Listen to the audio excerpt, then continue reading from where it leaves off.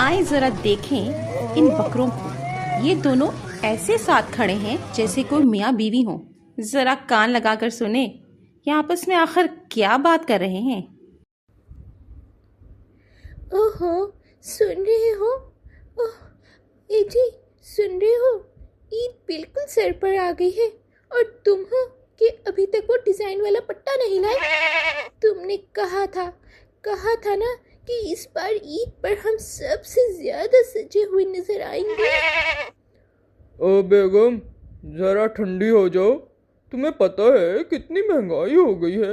ये जो तुम देख रही हो ना, ईद स्पेशल चारा भी अब 500 रुपए किलो मिल रहा है।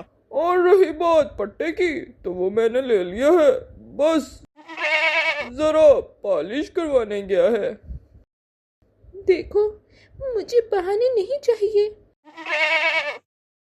ईद वाले दिन मुझे वो खास सब्ज पत्ते वाला डिनर चाहिए, वरना याद रखना मैंने अपनी सींगें सीधी कर लेनी है।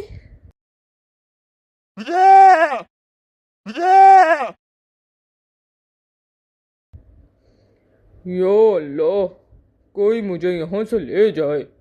शादी से पहले तो ये इतनी प्यारी प्यारी लगती थी और इतनी अच्छी बातें करती थी। अब तो ईद का नाम सुनकर ही ऑर्डर देना शुरू कर देती है। काश मैं अकेला ही मंडी में खड़ा रहता।